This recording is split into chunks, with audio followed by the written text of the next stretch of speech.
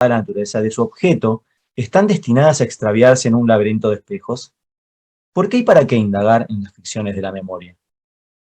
El diccionario de la lengua española define el sustantivo ficción como acción y acto de fingir. Las ficciones representan una realidad que nos interpela. Cesare Segre plantea que la literatura crea simulacros de realidad. Pozuelo Bancos agrega, inicio de cita, por muy inventados que sean personajes y escenarios, por maravillosas que sean sus cualidades e incluso su representación, acaban refiriendo, sea directa o simbólicamente, a los conocidos o imaginados por la experiencia del lector. Si así no fuese, la fuerza de la literatura y su perdurabilidad sería menor, y también su sentido. Fin de cita. Las escrituras del yo alientan los cuestionamientos sobre los límites de las ficciones, de la memoria y la percepción de lo real. Pero sobre todo impulsan al autor y al lector a indagar sobre sí mismos y sobre su mundo. Segundo punto, generalidades sobre Horacio Quiroga. La riqueza biográfica de Horacio Quiroga, el imán fascinante de su vida, condiciona la lectura de su obra.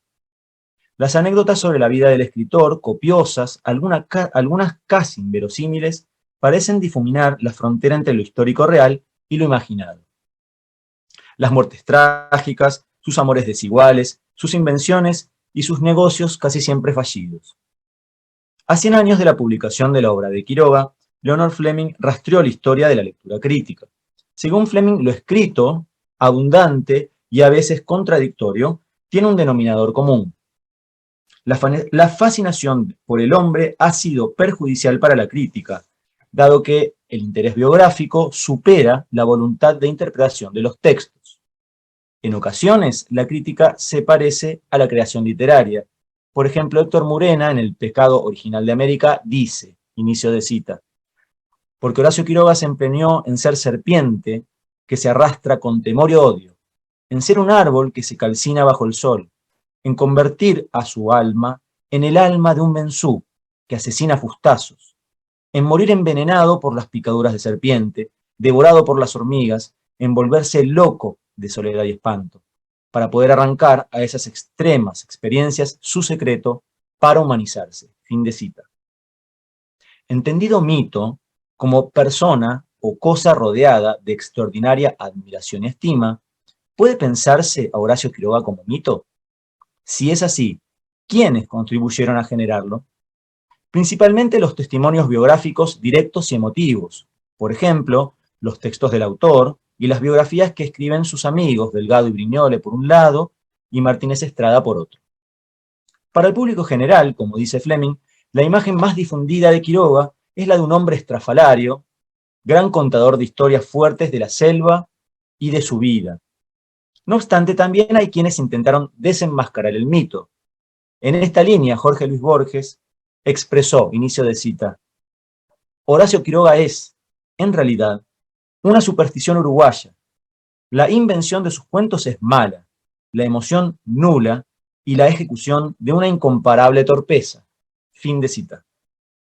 3. El mecanismo de la memoria en dos cuentos. ¿Cómo utiliza Quiroga la fuente de su memoria? ¿Cómo aborda sus recuerdos para construir sus ficciones? ¿Cómo reconstruye literariamente su existencia que olvida? Leonard Fleming apunta que existe un mecanismo habitual del recuerdo de Horacio Quiroga. Primero vive una emoción fuerte y luego la revive en su escritura. Sumado a esto, un rasgo de actualidad del autor es su soltura y su flexibilidad para abordar un recuerdo en diferentes géneros, dice Fleming, inicio de cita. Libre de prejuicios y jerarquías literarias, Quiroga eligió para expresar cada emoción y cada idea el molde que le venía más adecuado. Incluso un mismo asunto podía empezar esbozado en una carta, hasta que el autor descubría sus posibilidades como ficción y lo transformaba en cuento. Es el caso de La sirvienta picada por la víbora, episodio contado en una carta a Martínez Estrada y luego incluido en el cuento Un peón. Fin de cita. Los dos cuentos sinopsionados, El techo de incienso y El hijo, corresponden a la tercera y la cuarta etapa creativa de Quiroga, 1917 al 26 y 1926 al 37, según la clasificación de Rodríguez Montal. Ambos cuentos tienen en común su desarrollo en el Monte Misionero y en especial su origen en una o varias anécdotas comprobables de la vida de Quiroga, que él recrea en Buenos Aires años después de su primera radicación en San Ignacio. 3.1. El techo de incienso. El techo de incienso, considerado uno de los mejores relatos autobiográficos de Quiroga, es publicado el 5 de febrero de 1922. En dicho relato, el autor recuerda en tono tragicómico su desempeño como oficial del registro civil de San Ignacio. El inicio del cuento ejemplifica cómo opera la memoria del escritor a través de la literatura. Semejante al zoom cinematográfico, el narrador realiza una descripción panorámica del pueblo, luego de la casa y finalmente del protagonista. Sobre el pueblo dice que se levanta dentro de las ruinas de San Ignacio. Este primer dato es interesante, dado que Quiroga rememora el San Ignacio de principios del siglo XX, y este pueblo es, en su evocación literaria, una ruina de una ruina. A pesar de que en su decálogo recomienda dejar morir la emoción, los recuerdos son visuales y emotivos. El pueblo es una serie de ranchos ocultos por el bosque. Las casitas están blanqueadas hasta la ceguera. Los almacenes son mucho más de los que se puedan desear, y sus pobladores son en su mayoría inmigrantes. No es posible ver un camino vecinal sin que en el acto un alemán, un español o un sirio se instale en el cruce con un boliche. ¿A través de qué prisma recuerda Quiroga? Su ideal es un pueblo con casas no tan blancas, con pocos almacenes, con caminos vecinales sin inmigrantes. No, justamente Quiroga está fascinado con esa anomalía. El escritor rememora lo que percibe como extraordinario. Sobre el protagonista dice, inicio de cita, Orgaz era un hombre amigo de la naturaleza, que en sus malos momentos hablaba poco y escuchaba, en cambio, con profunda atención un poco insolente. En el pueblo no se le quería, pero se le respetaba. Pese a la democracia absoluta de Orgaz y a su fraternidad y aún chacotas con los gentiles hombres de yerbas y autoridades, había siempre una barrera de hielo que los separaba. Fin de cita. Este fragmento se destaca por la cantidad de referencias autobiográficas. Orgaz es el anagrama de Quiroga y Forteza, los apellidos del autor. Además, la cita anterior da cuenta de la multiplicidad del yo. Cómo uno cree que es, amigo de la naturaleza, osco, cómo los demás creen que uno es, orgulloso y frío, y el misterio, cómo realmente no es. Por último, sobre este cuento, se destaca el vínculo entre la memoria y el olvido trauma. ¿Qué prefiere olvidar? ¿Qué silencia? Esta historia nada cuenta sobre su primera mujer, tampoco sobre sus hijos. El silencio, la imposibilidad de recordar y de decir es elocuente. La literatura, tal vez, funcione como una línea fronteriza entre el recuerdo real y el olvido, es decir, como un mecanismo necesario para continuar viviendo. 3.2. El hijo. El hijo, publicado por primera vez el 15 de enero de 1928, es considerado el cuento de horror más perfecto de Quiroga. Para el momento en que lo compone, con casi 50 años, el autor abandona de a poco la creación literaria. Según Rodríguez Monegal, en los últimos cuentos existe una fuerte tendencia hacia lo autobiográfico, hecho que los acerca a la condición de memorias. En dicho relato, el escritor logra el difícil equilibrio entre narración y confesión. Dice Monegal, inicio de cita, allí el hombre que nunca quiso hablar del suicidio de su primera esposa, ese hombre duro e impenetrable, se entrega al lector en el recuento de sus alucinaciones de padre. Fin de cita. Este cuento se basa en una anécdota protagonizada por Darío Quiroga, el hijo del escritor, y su amigo Juan Escalera. Una mañana ambos jóvenes se fueron de casa al monte. Juan Escalera recuerda, inicio de cita, a la salida, en las orillas del monte, disparé un tiro, aproximadamente a las 11. Pasó tiempo y tiempo. Llegaron las 12, la 1, las 2, y a Quiroga lo empezaba a trabajar el sentimiento, porque con ese tiro podría haber pasado algo. Pensando en eso se largó. Nosotros estábamos cazando allá abajo, y cuando uno está de cacería se entusiasma. Pero de repente apareció papá desde la chata y le gritó a Darío, mirá que tu padre está apurado porque son las 2.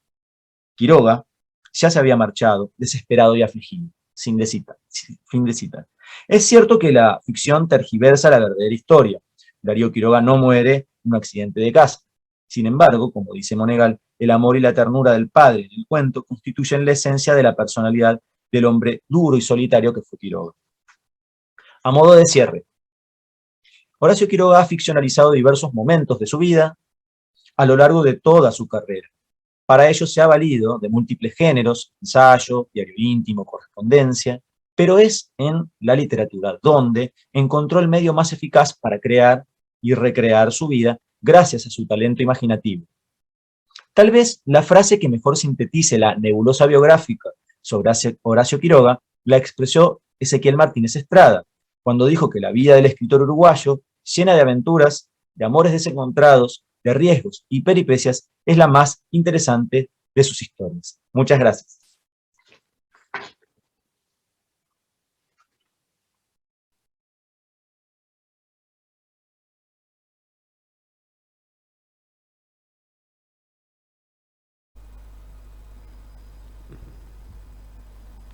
¿Me escucha? Ahí está.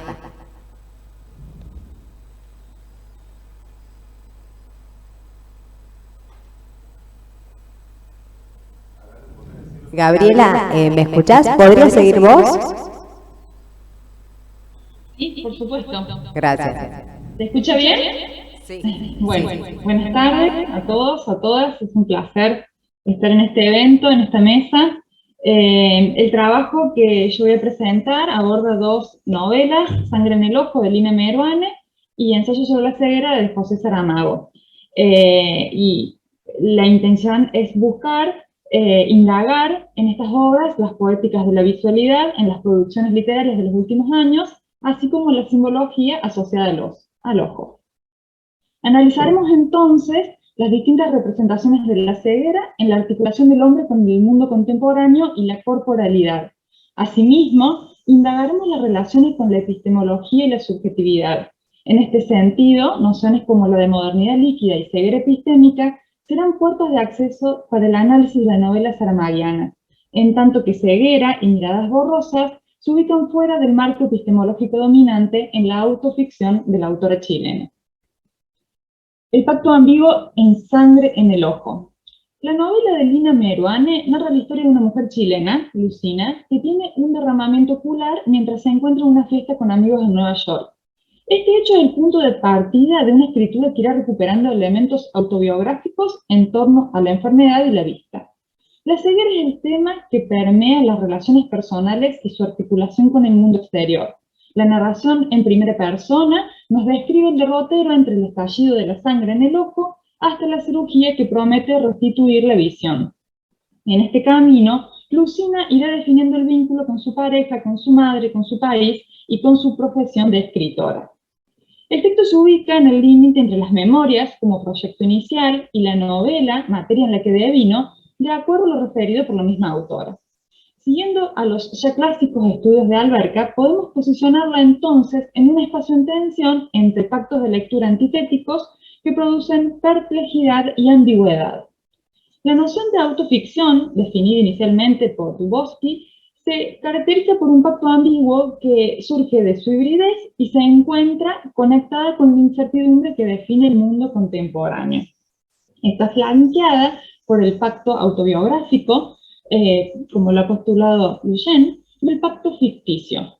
El primero se sostiene en la identidad postulada entre autor, narrador y personaje, y en la centralidad del referente externo. El segundo descansa en la distancia entre autor y narrador, y entre autor y personaje, así como en la centralidad de un referente textual o autonomía referencial. El texto autoficticio cuestiona simultáneamente ambas centralidades.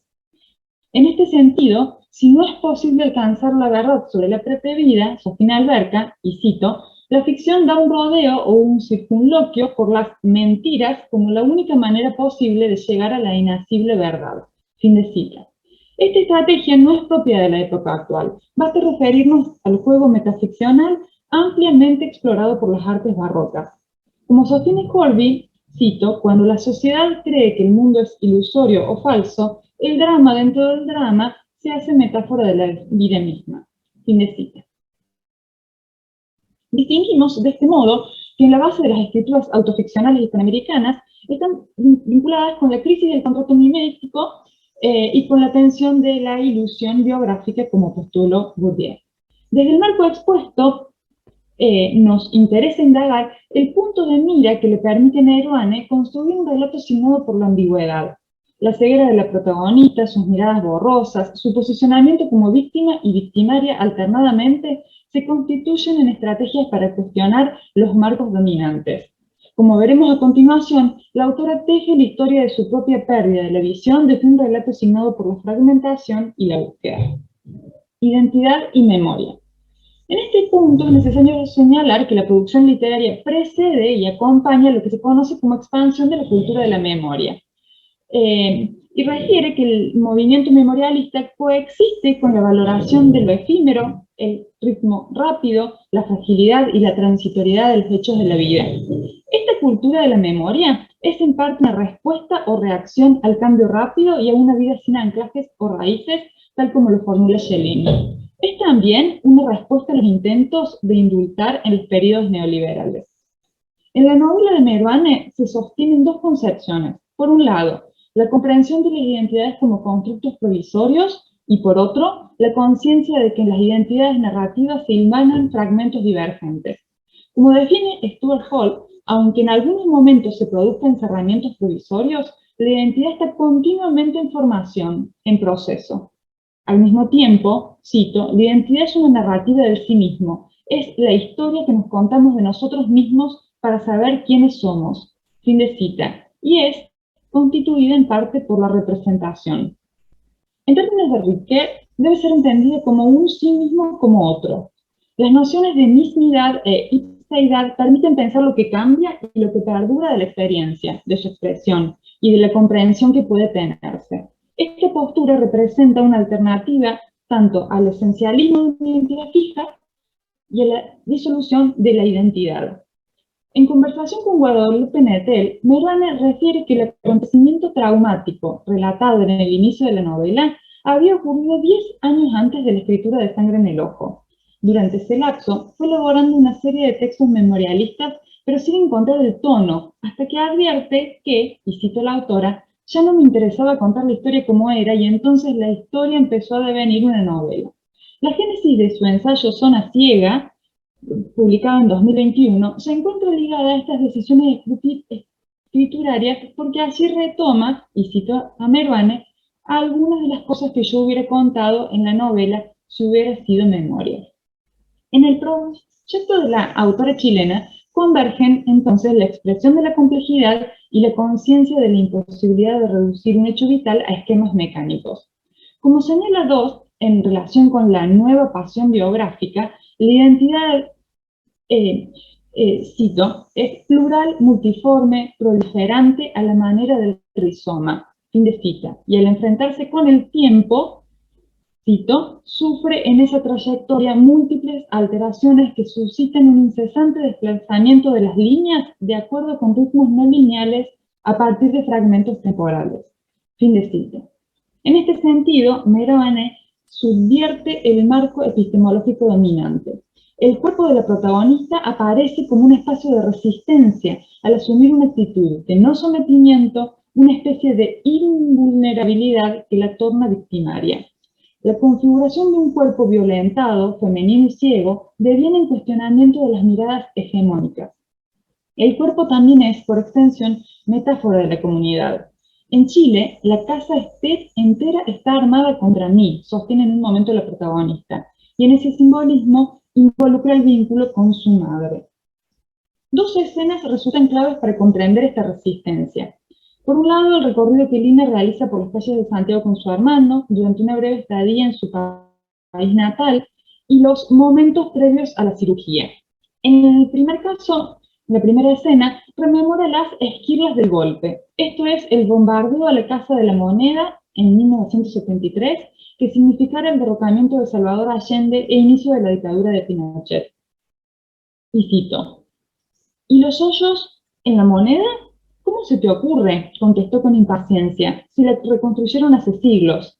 Pero yo me refería a los edificios de enfrente, cruzando la Alameda, por el Paseo Bulnes, los viejos edificios con muros teñidos de tiempo y de pólvora, perforados particularmente en los pisos más altos por unos funestos bazucazos. Ah, sí, dijo, siguen ahí, sí, los hoyos abiertos, y los edificios menos visibles de las calles contiguas, lo que quedan son los agujeros de las metralletas que dispararon los francotiradores apostados en los techos aledaños.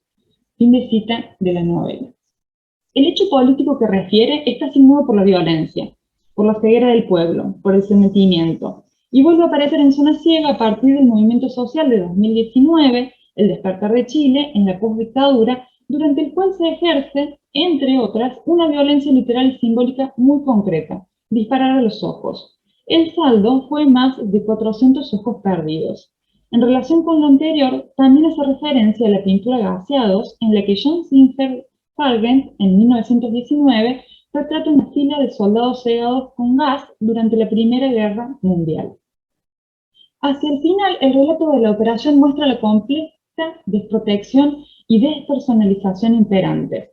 Y cito de la novela. ¿Y cómo te llamas? Deletrea tu nombre. ¿Firmaste los documentos todos? ¿Qué documentos? La autorización para grabar la operación, grabarla. Sí, hay que tenerla por tu seguridad, por si acaso, para resguardarte. ¿Alergia a alguna medicina? ¿Alguna intervención quirúrgica previa? ¿Cuál es tu apellido? ¿Qué van a operarte? ¿Este o este? ¿Algún diente falso? Quizá. Lente de contacto, tu apellido, tu primer nombre. ¿Firmaste? ¿Soltera o casada? ¿Cuál será el primer ojo? ¿Cuántos amantes?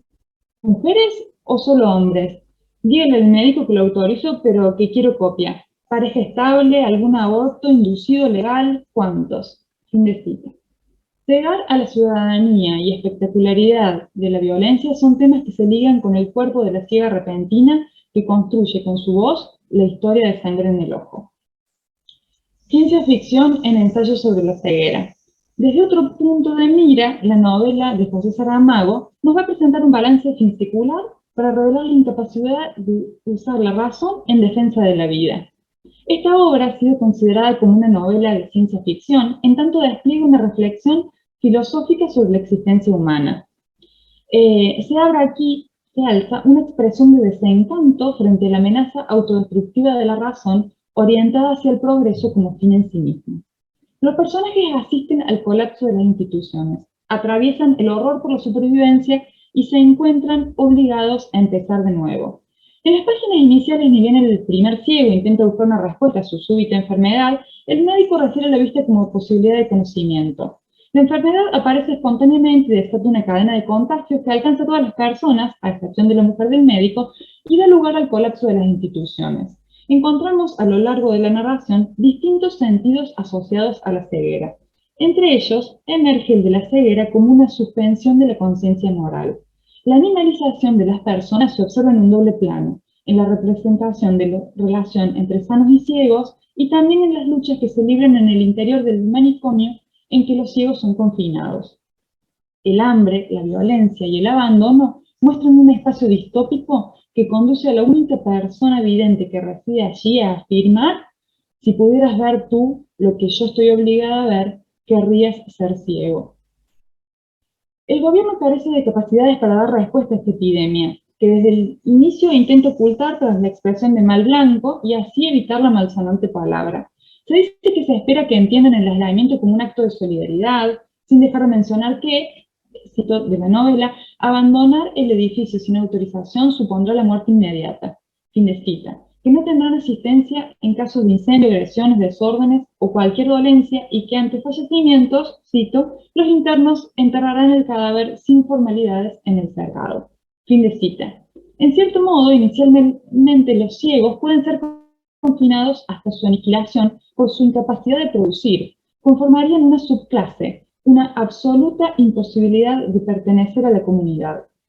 La violencia creciente deviene en exterminio.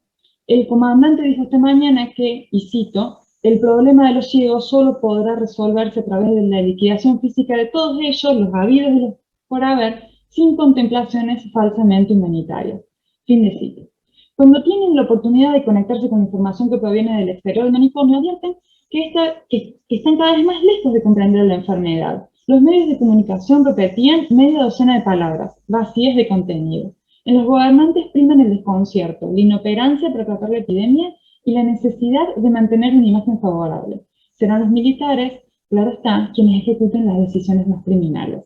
Como señala Ferrara en Saramago, cito, encontramos siempre la misma denuncia. un poder real de origen económico y multinacional que maneja el poder cierto, visible, de origen político, representado por los gobiernos democráticamente elegidos por el pueblo.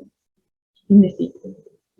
En una de las situaciones más extremas, cuando pensamos que ya se ha llegado al límite, irrumpe el perverso cambio de condiciones de los ciegos despóticos. Si no nos traen mujeres, no comen.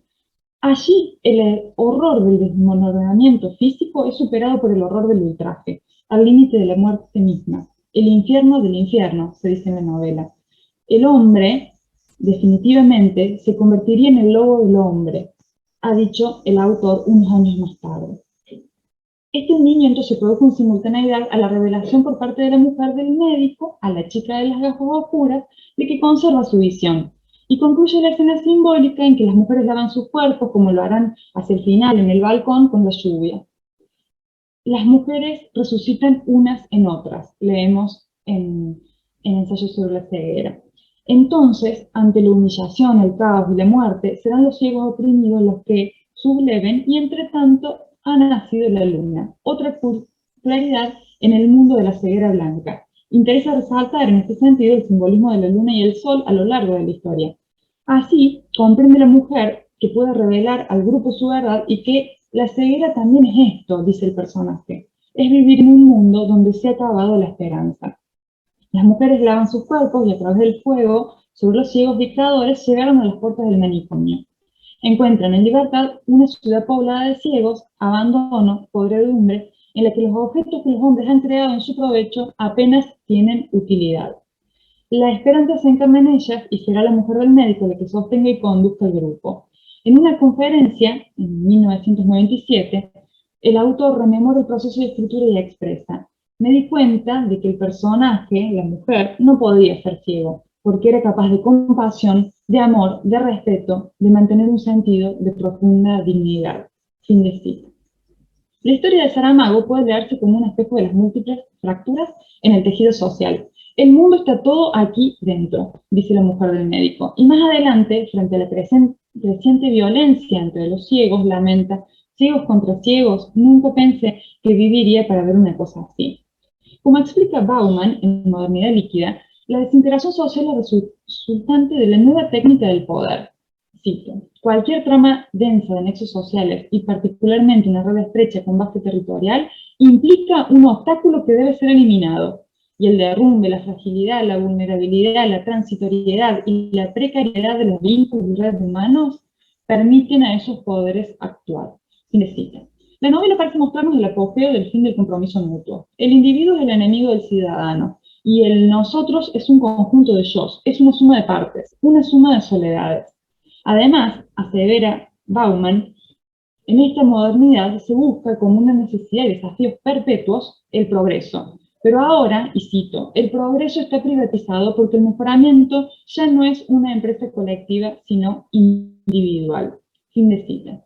En la ciudad que nos muestra la novela, gobernada por el caos y el abandono, los ciegos se trasladan continuamente en busca de comida. Todas las formas de organización, empresas, servicios, comunicaciones, vínculos, fueron desarticuladas y disueltas. Iban todos como grupos errantes, siempre de casa en casa, de ausencia en ausencia. Son nómades y se ven obligados a recomenzar siempre sin un plan o previsión futura. Proyectos estéticos. Miguel Kolev propone que con el Ensayo de la ceguera se abra un segundo periodo en la producción de Saramago que se caracteriza por la conservación de aspectos propios y por la recurrencia de historias descontextualizadas históricamente, conservando aspectos diferenciales que son propios, como la innovación sintáctica en su escritura. Aparecen algunas transformaciones singulares, los personajes dejan de tener nombre propio, las referencias espacio-temporales se borran, los textos tematizan abstracciones, etc., que se suman a un nuevo proyecto escritural. La narración realista ofrece un mundo cercano e indefinido, abstracto y al mismo tiempo real. Para comprender la relación fantástico-realismo, Marisa, ya que desata estas historias, las hace viables y les brinda el marco de ficcionalidad que necesitan para no ser vanamente cuestionadas. Fin de cita. Se acerca así al género fantástico y se desprende lo accesorio, lo contextual, para plantear temas fundamentales. Cito: Aquí las causas dejan de importar, logrando centrarse en el ensayo, en el hombre mismo, en sus capacidades e incapacidades, en su racionalidad. Fin de cita. La destreza narrativa de Lina Meruane muestra rasgos en común con el proyecto estético saramaguiano. La historia de la protagonista se articula a partir de una serie de fragmentos tendentes a registrar el pensamiento. Los rasgos de oralidad, así como el uso heterodoxo de la mayúscula y de la puntuación, confirma al texto la apariencia de fluidez propia de una grabación más que de una escritura. La sintaxis expresa los límites del lenguaje. Cuando el médico debe informarle que algo no salió mal y no salió bien, como estaba previsto en la cirugía, las palabras estallan, se fragmenta el discurso. La incertidumbre fina y rodea de la inenarrable ceguera final. Cito de la novela. Se quitó el cintillo de metal y explicó entrecortadamente que se le habían quedado unas venas crespas sin cortar, unas venas justo en el centro del ojo izquierdo. Se me quedaron ahí, repitió, castigándose en la repetición. Yo estaba convencido pensaba que Lex estaba más solo, más tenso y oscuro que su propia sombra. Esto no lo he visto nunca, pero quién sabe si alguno de mis colegas, o varios, o todos, podrían echarle un vistazo. La reunión clínica es esta tarde. Fin de cita. Meruane se enfrenta a la construcción del sentido del pasado desde el abismo del lenguaje. Deslumbramiento y hambre, dicen unos versos María Negroni. Con palabras de la autora, la protagonista debe resolver, y cito, cómo evitar entre evidentes una escena que ya no es visible. Habrá que valerse de ojos prestados, ojos que imponen su particular perspectiva sobre lo que ocurre. La novela se organiza en torno a ese dilema. El sometimiento del invidente en el acto mismo de percibir y aprender, a volver a aprender, el mundo que le refieren los demás. La manipulable mediación de la mirada ajena. La disputada autoría sobre una realidad compartida. ¿Dónde termina la mirada del otro y comienza la propia? ¿Dónde acaba el cuerpo de novio vidente y comienza el de su ciega? Fin de cita. A modo de primeras conclusiones. La figura femenina protagonista en Ensayo sobre la ceguera siente que la visión se torna insoportable ante la deshumanización. ¿De qué me sirve ver? Le servía para saber del horror más de lo que hubiera podido imaginar alguna vez. Le servía para desear estar ciega, nada más que para eso, leemos en la novela. Pero finalmente comprende que la ceguera también es esto, vivir en un mundo donde se ha acabado la esperanza. En la figura de Lucina, la ceguera desata la problemática de la pérdida del poder simbolizado en el ojo, la reconstrucción de la subjetividad, la violencia y la resistencia. El ojo y lo visual han sido objeto de estudios culturales y se torna necesario ampliar el debate al campo de los estudios literarios. Estos temas se encuentran presentes en las producciones con una reflexión por lo visual, en su materialidad y en su simbología. La fragmentación estructura la representación del mundo contemporáneo. Se vincula con la violencia y las miradas del otro desde los bordes del marco epistemológico dominante en la novela de Meruane, que es también un artificio para comprender el enigma de la propia vida. Por su parte, en la ceguera de los personajes saramaguianos podemos leer la ceguera de la racionalidad hegemónica, una persistente ceguera epistémica en términos de Svampa, que subyace a los progresismos desarrollados y nos conduce al colapso. Ambos textos, en esta línea de análisis, son un llamamiento a interpretar el mundo desde el yo plural de la modernidad y un llamamiento a descubrir nuestras propias cegueras. Muchas gracias.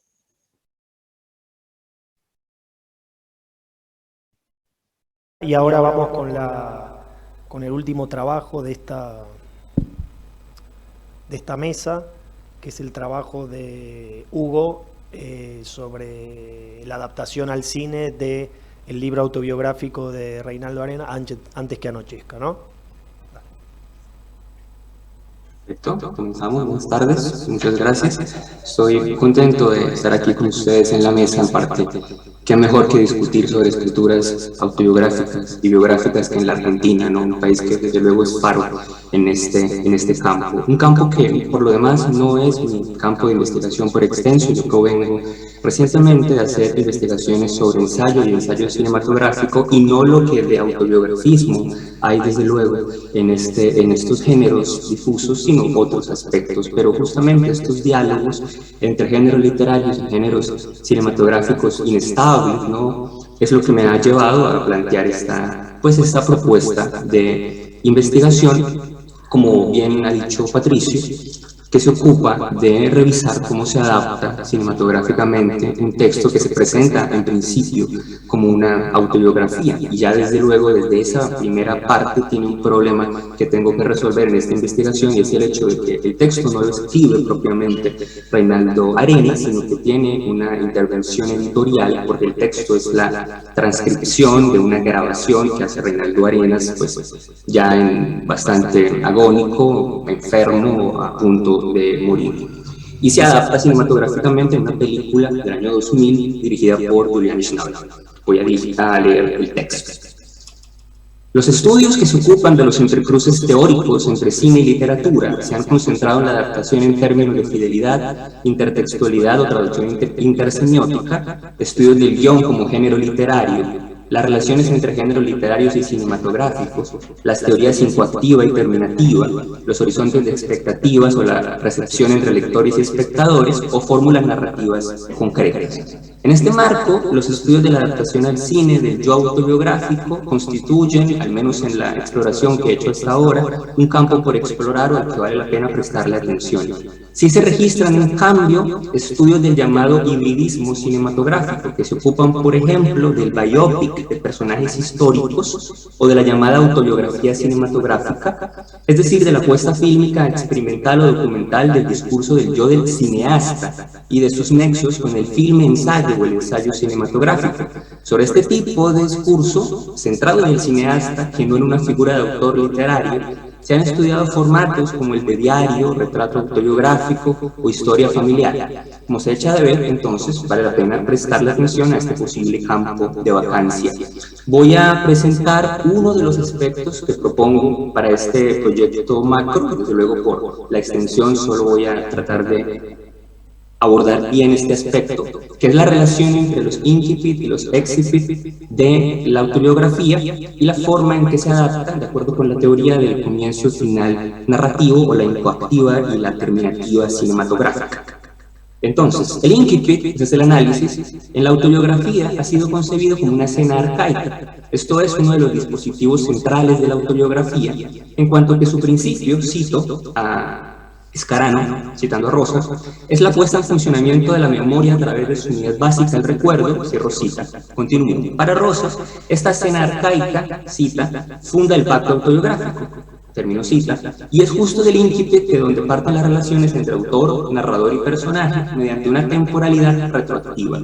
Para el caso de Antes que anochezca, delimitamos como incipit el primer párrafo del primer capítulo titulado Las piedras. Entendemos aquí incipit no como la primera frase u oración del texto, definición con la que no coincido plenamente, sino siguiendo a Andrea del Lungo como un fragmento textual que comienza pues, cuando en el umbral de la ficción, el umbral del texto, pero que termina no con la primera frase, sino con la primera fractura importante del texto. Saldarriaga Muñoz, al respecto, recuerda que la delimitación del incipit debe respetar una mínima unidad textual, para lo cual se recomienda, con todo, que se establezca un criterio de corte. Estos pueden ir, cito, desde indicaciones de tipo gráfico, por ejemplo, un primer punto y aparte, o la inserción de un espacio en blanco, etc., hasta efectos de cierre temáticos o cambios en la temporalidad, la espacialidad o la focalización. Esto es, no es el incipit simplemente delimitado en cualquier punto arbitrario, sino, si bien no deja de haber cierta arbitrariedad al delimitarlo, sino que para el caso de la autobiografía funde, por ejemplo, el pacto autobiográfico con unos elementos contextuales mínimos. Así pues, en nuestra propuesta nos ceñimos a la alternativa de delimitación del primer párrafo. En concreto, un párrafo que contiene 108 palabras y que en nuestro caso presenta la escena arcaica. El narrador, si bien todavía no se nombra a sí mismo como Reinaldo, no hay una correspondencia nominal todavía, se instaura el pacto autobiográfico en ese pronombre inicial yo que se retrotrae a su infancia. Además, fija un contexto socioeconómico para el yo personaje, el yo textualizado, el de un campesino que crece en un rancho rodeado por animales. Leo un par de frases del incipit, no todo. Cita, yo tenía 2 años, estaba desnudo, de pie, me inclinaba sobre el suelo y pasaba la lengua por la tierra. El primer sabor que recuerdo es el de la tierra. Era un niño flaco, pero con una barriga muy grande debido a las lombrices que me habían crecido en el estómago de comer tanta tierra. Termino. Por otra parte, en lo que respecta a Before Night Falls, es preciso fijar un equivalente a un incipit. Para ello entablamos un diálogo con una rama de la narratología que ha sido empleada en el análisis cinematográfico, la incoactiva. Aquí retomo conceptos de Lauro Zavala, el experto de análisis cinematográfico en México. Así sostenemos que el comienzo narrativo de Antes que anochezca es de corte moderno, esto es, que se opone a el comienzo clásico, en el cual, por ejemplo, proviene de la novela realista, del cine de género o del cuento policíaco, y en síntesis el inicio suele estar acompañado por recursos como la catáfora explícita o la intriga de predestinación. No así en el comienzo moderno cinematográfico, en el cual asistimos, por ejemplo, a una anáfora.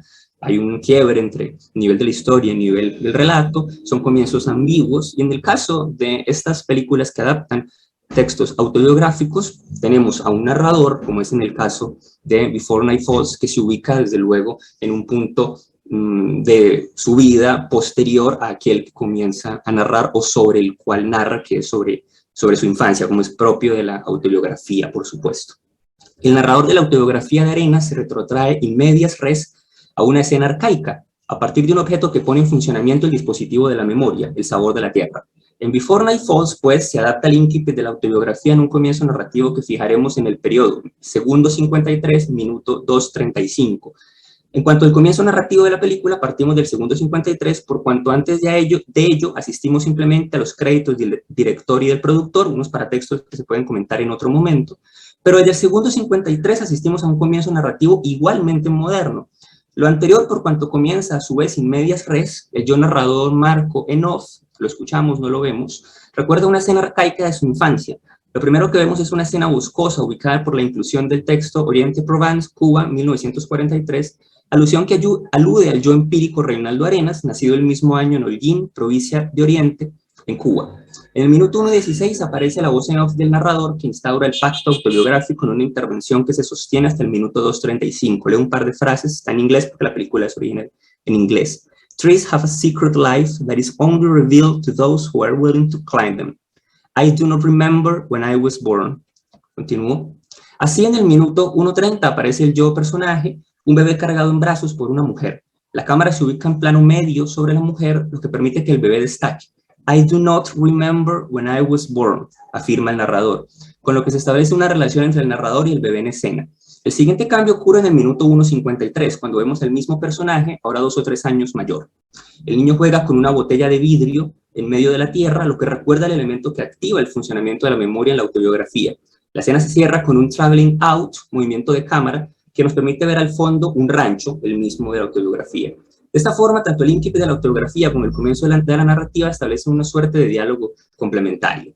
En lo que toca al final narrativo y al excipit de película y biografía respectivamente, en primer lugar señalamos con De Lungo que los estudiamos como un mismo sintagma, es decir, no por aparte, sino como una clé herméneutique, lo dice De Lungo, una llave hermenéutica, en la medida en que es el final narrativo en la película y el excipit en la autobiografía, lo que permite reinterpretar los comienzos de los dos textos. Nos interesa pues la forma en que el excipit de la autobiografía y el final narrativo de la película reinterpretan comienzo e incipit. Por tanto, es turno de delimitar el excipit de la autobiografía y el final narrativo de la película. En lo tocante a la autobiografía, optamos por conservar la medida de párrafo que empleamos al comienzo, por lo que estaríamos hablando del párrafo final del capítulo Los sueños, página 340 del texto. Leo un par de frases. Oh luna, siempre estuviste a mi lado, alumbrándome los momentos más terribles, y ahora súbitamente, luna, estallas en pedazos delante de mi cama, ya estoy solo, es de noche. El último párrafo establece una relación directa con el título de la autobiografía. La noche es aquí metáfora de la muerte, y el yo textualizado emprende una carrera contra el tiempo por contar su vida antes de que lo arrebate la muerte, antes de que anochezca, de allí el título. De allí que ante la amenaza inminente de la muerte, el narrador simula un ritmo narrativo agónico, un ritmo que aunque se pretenda acelerado, se ve interrumpido una y otra vez por la pérdida del aliento. Esto se textualiza mediante el uso del punto y coma, hay 10 en total en todo el fragmento. ¿Cómo se adapta esto en el final de la película? Pues bueno, tomamos el fragmento entre la hora 56 minutos 15 segundos, 2 horas 6 minutos 17 segundos, que representa la muerte del personaje, a quien vemos en el apartamento que ocupa en Nueva York, debilitado por la enfermedad, al tiempo que Lázaro Gómez Carriles, su amigo, regresa de hacer compras. Comparten una cena frugal, hay constantes alusiones del personaje acerca de su muerte inminente. El personaje sabe que va a morir, le trae unas cartas a su amigo Gómez Carriles, tras de lo cual asistimos a que Gómez Carriles opta por ayudarlo a morir, causándole una asfixia mecánica con la bolsa de las compras, al tiempo que le lee un fragmento de un poema suyo, Niño Viejo. Después vemos entonces al niño en escena, el mismo que estaba al comienzo de la película. Esa es la llave hermenéutica que pretendemos sostener en un movimiento de cámara que es exactamente el opuesto al del comienzo. Si el comienzo era un traveling out, entonces aquí tenemos un traveling in que regresa al mismo niño. De esta forma, en la película, la muerte del personaje es acompañada por la lectura de Niño Viejo del propio Arenas, primero por Gómez Carriles y después ya durante el traveling out que retorna al plano del niño comiendo tierra por el narrador. De esta manera, el final narrativo de la película, con ese traveling in posterior a la muerte del personaje, cierra el ciclo abierto por la secuencia de la madre cargando al bebé en brazos. Conclusión, 1 minuto y ya con esto termino. Se ha establecido la relación directa y de complementariedad que se funde entre incipit, excipit y comienzo y final narrativos de Antes que anochezca y Before Night Falls respectivamente.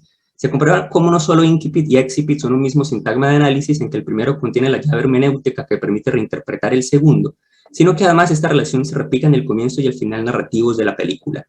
Desde luego, vale la pena, y es lo que estoy buscando, otros elementos como paratextos, referencias intertextuales, o relaciones que se funden entre yo narrador, yo empírico y yo textualizado, como otros criterios comparativos, no solo en esta pareja de texto autobiográfico y película, sino en otras, como por ejemplo, la respuesta a Sor Filotea de la Cruz, de Sor Juana Inés de la Cruz, que es una carta biográfica, y una adaptación de una directora argentina que se llama Yo, la peor de todas, entre otros textos que estoy discutiendo. Con eso, de momento, muchas gracias.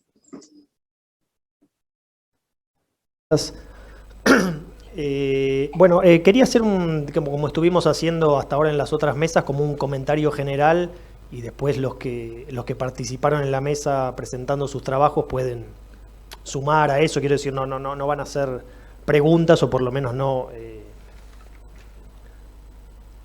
directas interpelaciones a cada trabajo. Bueno, esta mesa estaba organizada a propósito de la relación entre ficción y realidad, ¿no? Yo diría, la biografía o la autobiografía también son ficciones, ¿no? Pero más allá de eso estaba la idea de la reelaboración de materiales biográficos o autobiográficos en textos o films que no son que son ficciones, ¿no? Entonces, en el que aparece la cuestión de la autoficción en el caso de Lina Meruane, ¿no? Aparece la cuestión de la reelaboración de elementos autobiográficos en 2 cuentos de Quiroga, y aparece luego algo que, claro, lo que aparece acá también es un género, ¿no? Podríamos decir cinematográfico, que es la biopic, ¿no? La película biográfica, ¿no?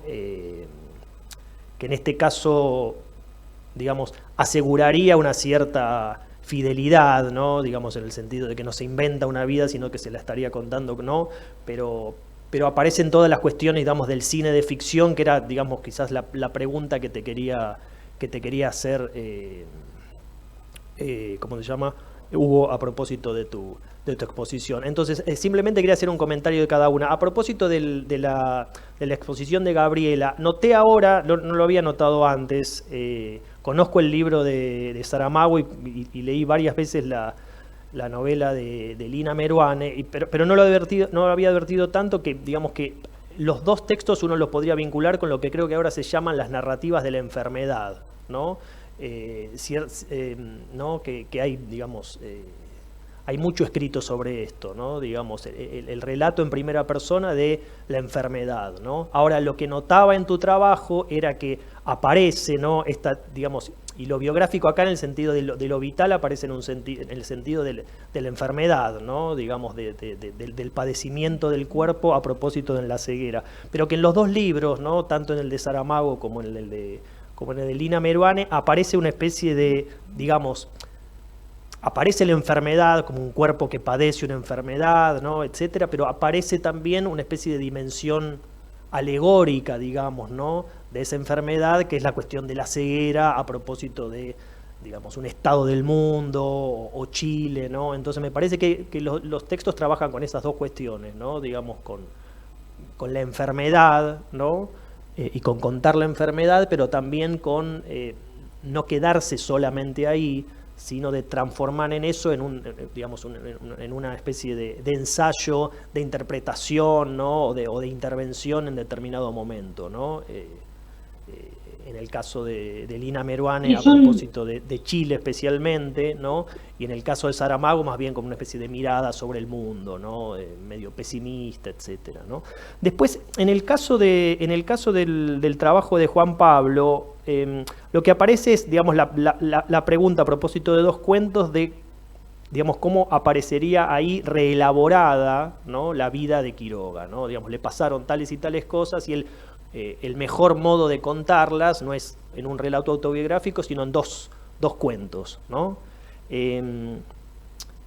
Pero pensaba si otro modo de pensar esto no sería pensar cómo en estos cuentos, y pienso ahora sobre todo en el Techo de incienso, hay una especie de idea de la vida vinculada con la intensidad, ¿no? Porque si no me equivoco, en el Techo de incienso es el del juez, ¿no? Que tiene que escribir rápida, ¿no? Entonces ahí, digamos, uno podría pensar también que además de ciertas, digamos, como vos no analizaste, ciertas cuestiones vinculadas con relabora, ¿no? Digamos, su conocimiento de determinado lugar de Misiones y algo que le habría pasado, cómo hay una especie de, por ejemplo, de idea de la escritura como trabajo y como labor, ¿no? Digamos, una cuestión casi artesanal a propósito de la escritura, que sería una especie de complemento a esto de, bueno, ¿qué hace con su autobiografía? ¿No? Y lo mismo a propósito de la cuestión con el hijo, ¿no? Etcétera, que pensaba que después, ¿Darío Quiroga no se suicidó? No. O murió muy joven, ¿no? Poco después del guión de Prisioneros de la Tierra. No sé si ¿no? Y después, a propósito de lo de Hugo, te quería preguntar especialmente por qué pasa con el género, ¿no? Porque además Schnabel creo que antes había hecho la biografía de Basquiat, ¿no? O sea que, digamos, podemos decir, es un especialista en vidas trágicas, ¿no? Un suicida y una persona que se enfermó. No, en realidad se murió de una sobredosis Basquiat, ¿no? Entonces, pensaba esto, ¿no? Digamos, ¿qué hace él con el género, ¿no? Digamos, y qué pasa con en un caso no hay un texto autobiográfico, pero sí qué pasa con el texto autobiográfico cuando se encuentra con las convenciones de un género, ¿no? Que es la biopic, ¿no? Es decir, la película biográfica, ¿no? Entonces, ¿qué habías visto vos más allá de esta relación, digamos, textual entre el incipit de la película, ¿no? y el del libro? ¿Qué pasa sobre todo porque dijiste que te habías interesado en formas de la primera persona o de lo biográfico en el cine, pero sobre todo en el cine documental, ¿no? Los documentales en primera persona, el ensayo, ¿no? Pero justamente acá lo que elegiste no es eso, sino digamos, un género que como el western, ¿no? Como la comedia, etcétera, que es un género cinematográfico. Entonces, ¿qué pasa con el encuentro de esos dos y cómo lo resuelve, ¿no? Y sobre todo si lo habías pensado en relación con la película sobre Basquiat, ¿no? Es decir, ¿qué pasa ahí con el encuentro entre el autobiográfico y un género, ¿no? Y sus convenciones, ¿no? Entonces, esa era, digamos, lo que más o menos quería plantear a propósito de esta mesa, ¿no? Que más bien es sobre, digamos, materiales biográficos, autobiográficos, que se transforman en otra cosa, ¿no? No en textos biográficos, no en textos autobiográficos, sino en cuentos, en una novela, una autoficción, ¿no? O una película de ficción en el sentido de que hay actores, la película ocurre en Cuba, pero se la filmó en México, ¿no? Entonces hay toda una cuestión de negociaciones, ¿no? Con lo autobiográfico, que el género, digamos, obliga a hacer, ¿no? Y la producción, ¿no? La presencia de actores que hacen etcétera, ¿no? Digamos, ¿cuál sería para volver a pensar en los tres casos esta relación entre ficción y materiales biográficos o autobiográficos? Ok, si les parece, tomo la palabra en primer lugar. Vale, listo. Entonces, muchas gracias. Patricio, por valiosos comentarios. Por supuesto, esta es la idea, enriquecer los trabajos. Justamente lo que me estoy planteando como un gran problema para responder es justamente lo que tú me has planteado, ¿no? Es decir, pensar el espacio biográfico, el espacio autobiográfico, como se lo ha pensado en la literatura, pero en el cine también, porque si hablamos del biopic, no sería lo mismo, y digamos, serían las categorías que habría que discutir. Por ejemplo, el biopic que hace Snabel sobre Basquiat, que justamente no está basado en un texto biográfico, sino sería un biopic basado en entrevistas, basado en testimonios, basado en otros textos. O no sería lo mismo, por ejemplo, el caso del ensayo cinematográfico, a lo Fellini, a lo Bajada, que es una intromisión netamente del yo cineasta, por supuesto, sino acá estamos hablando de la autobiografía, perdón, de la adaptación cinematográfica de un texto autobiográfico que desde luego corresponde con una figura de autor. Mira que es interesante cómo en Cuba, y hay unas entrevistas que tengo como fuentes allí, a Mariela Castro, que es sobrina de Fidel Castro, señala, pues Reinaldo Arenas es un autor prohibido en Cuba, por supuesto, porque es contra el régimen. Mariela Castro señala cómo la película, específicamente la adaptación de la autobiografía, construye una figura de mártir de parte de Reinaldo Arenas, ¿no? Que es otro aspecto que vale la pena discutir, cómo estos textos construyen unas imágenes culturales. Eso es lo que estoy planteando, ¿no? Un espacio biográfico, como pues, lo han planteado desde luego autores como Arfuk, por ejemplo, en los textos literarios, pero ahora en los textos cinematográficos. Hay un caso que me parece interesantísimo también de traducción intersemiótica, con esto termino, que es, por ejemplo, la película American Splendor de 2003, dirigida por Charles Springer Berman, que es un ejercicio de traducción intersemiótica entre el cómic y el cine, pero es un cómic de mediados del siglo XX, autobiográfico, profundamente autobiográfico, de un personaje que es un oficinista, tiene una vida terriblemente tediosa, no es un superhéroe, y hace de sí mismo un cómic. Y en la película lo que asistimos es una suerte de documental ficción en el cual vemos al verdadero Harvey Pickard, a un actor de Harvey Pickard y al personaje de cómic de Harvey Pickard, ¿no? Entonces todos estos planos son los que me parecen interesantes. Vamos a ver cómo lo resolvemos. En eso estamos.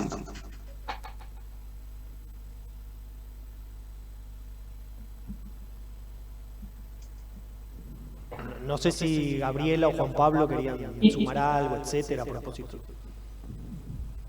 Sí, bueno, gracias por los comentarios y la escucha atenta. Ciertamente estas manifestaciones en las distintas disciplinas artísticas ponen en evidencia una sociedad que está volviendo sobre las cuestiones de memoria e identidad con insistencia, porque son muchas las autoras como Lina Meruane, también está Guadalupe Nettel, Gary Bellantín, un gran grupo de intelectuales están pensando el tema de la enfermedad y de la discapacidad, pero mucho más amplio, y como se ha podido ver en las mesas de este congreso, las cuestiones de la memoria y de la conformación de ese espacio biográfico, como mencionaba el compañero. Así que bueno, la heterogeneidad de la mesa también da cuenta de la cantidad de dimensiones y de puntos de abordaje que tiene la complejidad de la identidad.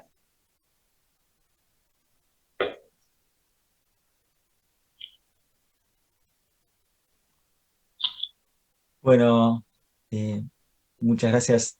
Tomo la palabra. Quería agradecer a Patricio por sus observaciones tan atinadas, el hecho de la idea de la escritura como artesanal en Quiroga me parece muy interesante y un medio para indagar, me parece muy interesante. Mi idea sería en el futuro seguir trabajando con otras etapas de Quiroga y analizar a ver si es posible establecer una poética del recuerdo en Quiroga, que sería desde ya muy particular.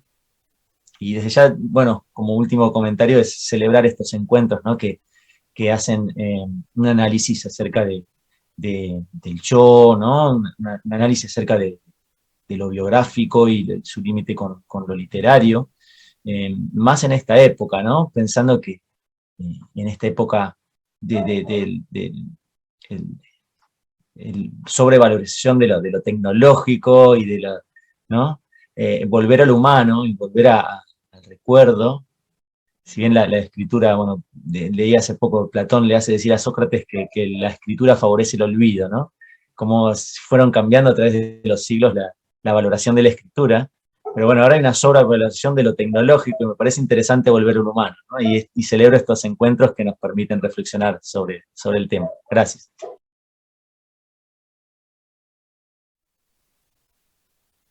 Los tres los trabajos, el interés en nuestro simposio, y nos vemos a las 18:30, ¿no? A las 18:30 con la mesa que cierra el bloque de hoy virtual, que se llama La biografía como forma, y empieza, como dije recién, a las 18:30. Así que bueno, les agradezco la participación y bueno, seguimos en contacto. Gracias a los tres. Muchas gracias. Hasta pronto. Gracias. Muchas gracias.